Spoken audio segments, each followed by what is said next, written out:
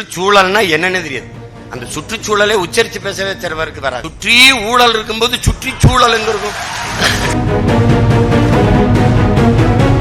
என்னப்பா காலையில வர ஏன் நேரம் ஆயிடுச்சு தெரியுமா? பாட்டு என்னம்மா தேவி சக்கம்மா நாடு நாசம்மா போச்சு நியாயம்மா.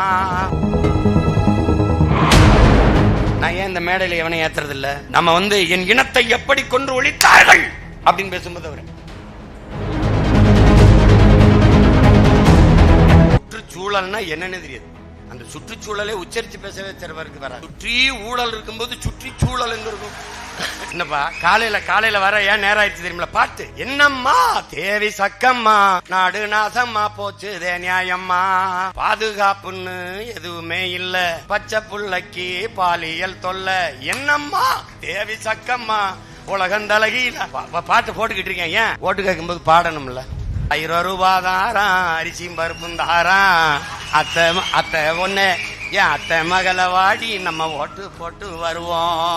அவரு இவ 1000 ரூபாய் வேணாம் அரிசி பருப்பும் வேணாம் ஓட்ட விவசாயிக்கு போட்டா இது எல்லாம் வரும் தானா.